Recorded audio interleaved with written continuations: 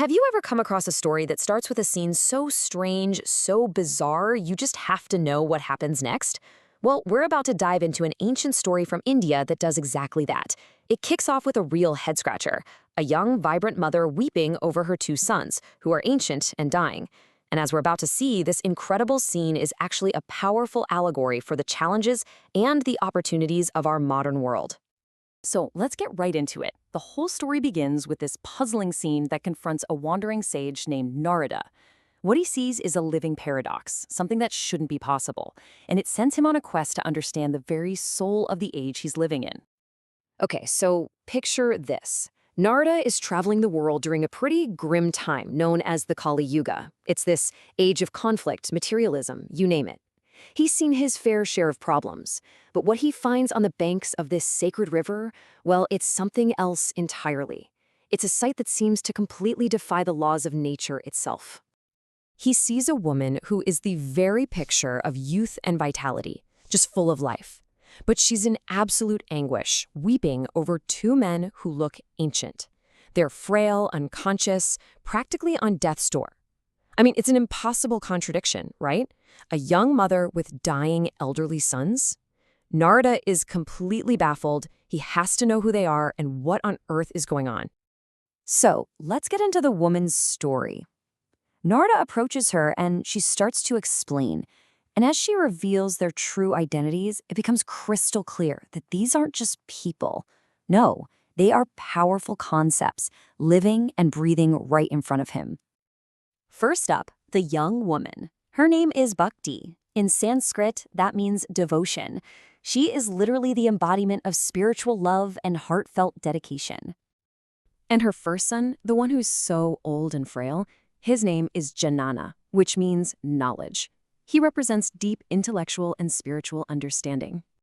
Her second son is Vairagya. That translates to renunciation, or, detachment from all the worldly stuff. So now the allegory just clicks into place, doesn't it? Devotion is young and thriving, but her own children, knowledge and renunciation, are withering away. Bhakti then maps out their journey across India, and it's fascinating. She explains how she was born in the south, and as she and her sons traveled north, they all grew old and weak together, side by side. But then, when they reached the sacred land of Vrindavan, a miracle happened. She was suddenly made young again, bursting with life. But her sons, they stayed just as old and decrepit as before. So she puts the question, the central mystery of this whole thing, directly to Narada. How can this be, she asks. We're a family, we travel together. A mother should age before her sons, not the other way around. It's a complete reversal of the natural order of things. Now, Narada, being a wise sage, he gets it almost immediately. He understands the root cause. And the problem, he realizes, isn't with them personally. Nope, it's with the spiritual environment of the age they're all living in, this Kaliyuga. He basically explains that the very fabric of spiritual life has just crumbled in this era. The core virtues, things like truth, purity, mercy, the very things you need to sustain deep knowledge and true renunciation, they've all but vanished. In a world that's become so selfish and materialistic, these higher, more difficult paths, well, they just don't have any soil to grow in. And this is what finally solves the riddle. It's a real aha moment. See, Vrindavan is a land of intense, pure spiritual love. So of course, Bhakti, devotion, is gonna thrive there. She's right at home. But even in this super sacred place, very few people are willing to do the hard work, to walk the tough paths of profound knowledge or strict renunciation. Her sons simply have no one to nurture them, no one to sustain them. This explanation makes sense, but it leads Bhakti to ask another, even bigger question. If this age is so corrupt, so spiritually bankrupt, why would the divine even let it exist? Why not just pull the plug and start over? And this is where Narada reveals the great paradox of the Kaliyuga.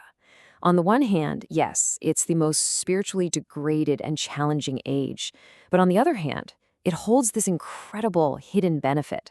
It offers the simplest, most direct path to liberation. Things that used to take lifetimes of intense effort can now be achieved through simple, heartfelt acts of devotion. And get this wasn't some cosmic accident. A wise king from the past, a man named Parikshit, actually foresaw this unique trade-off. He understood that this difficult age offered a kind of spiritual shortcut, a special opportunity for humanity. And for that very reason, he chose to let it continue. Okay, so if the traditional hardcore paths of spiritual practice are weakened, what's the ultimate remedy? What can possibly revive knowledge and renunciation? Well, the text points to one supreme source of spiritual nourishment. And to show just how incredibly valuable this remedy is, there's this powerful little anecdote about a negotiation between the gods and a great sage. It really puts things in perspective.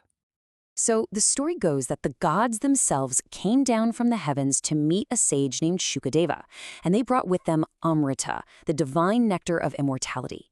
Their offer was a simple trade, their nectar for the nectar of the story he was about to tell, the sacred Shreemad Bhagavatam.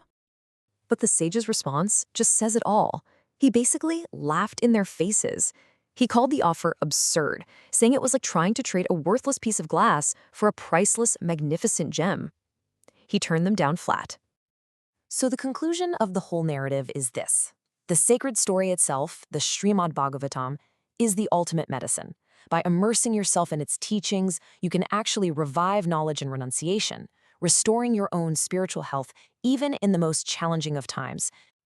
And that leaves us with a really provocative thought, especially for our time, right? In this age where we are literally drowning in information, where we have endless data at our fingertips, this ancient allegory suggests a pretty radical idea.